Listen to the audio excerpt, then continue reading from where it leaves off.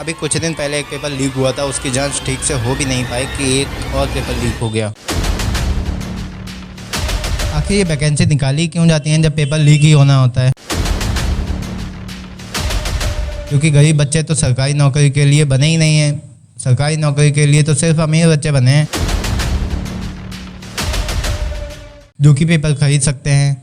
जो पेपर खरीद ही नहीं सकते वो पेपर पास ही नहीं कर पाएंगे,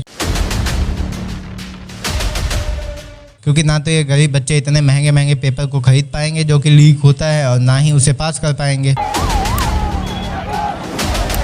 तो वो तो सरकारी नौकरी पा ही नहीं सकते। सरकारी नौकरी तो सिर्फ वही पा सकते हैं जो कि एग्जाम होने से पहले पेपर को खरीद सकते हैं, उसको लीक करवा सकते हैं। सिर्फ वही एग्जाम देने के लायक हैं जो कि एग्जाम को खरीद सकते हैं। बाकी लोगों के लिए तो पेपर लीक हो जाता है जो कि उसके बाद कैंसिल हो जाता है।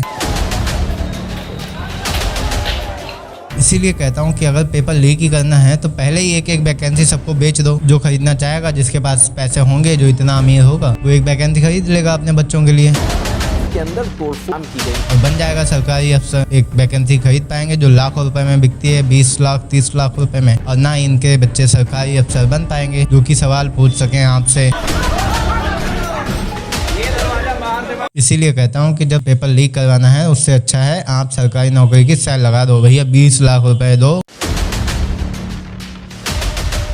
एक वैकेंसी बेच दो और 20 लाख रुपए 30 लाख रुपए ले लो। मैं बात कर रहा हूँ एसएससी जीडी के एग्जाम की। अभी कुछ दिन पहले नीट एग्जाम लीक हुआ था, उसमें लगभग 22 लाख बच्चों का भविष्य दांव पर लगा हुआ है, जिसकी जांच अभी चल रही है। लेकिन वो उसका मामला खत्म नहीं हो पाया कि एक और पेपर लीक हो गया, उसके बाद परीक्षा कैंसिल कर दी गई। कोई टाइम नहीं लगता इनको परीक्षा कैंसिल करने में। जो सालों तक बच्चे मेहनत करते हैं उनका कोई ख्याल नहीं है इनको सिर्फ पेपर लीक करना की फीस तो आई जाती है पेपर की, फिर से लाखों बच्चों का भविष्य दांव पर लग गया। वो 22 लाख बच्चों का तो एग्जाम सही से हो नहीं पाया। अब पता नहीं उसमें से कितने एग्जाम देंगे नहीं देंगे, क्योंकि एक महीने बाद पेपर करवा रहे हो, क्या ही एग्जाम में पास कर पाएंगे। जो बच्चे सालों तक मेहनत करते हैं उनका भी दिमाग खराब हो जाता है। फिर भैया छात्र तो छात्र हैं, जो सालों तक मेहनत करते हैं उनको गुस्सा तो आएगा ही। अब वो गुस्सा भी नहीं हो पाएंगे क्या? गुस्सा आता है तो आप ये कहेंगे कि ये तो उपद्रवी हैं, छात्र नहीं उपद्रवी हैं ये तो। क्योंकि जो बच्चे सालों तक मेहनत करते हैं एक एग्जाम के लिए, वही आप लीक करवा देते हो। फिर क्या जिन बच्चों की आंखों में सरकारी नौकरी का सपना था वही बच्चे सड़क पर उतरना तो है ही जब आप पेपर नहीं करवा पाएंगे। एग्जाम सेंटर उन्हें सही से दे नहीं पाएंगे, सिस्टम सही से नहीं दे पाएंगे जिन पे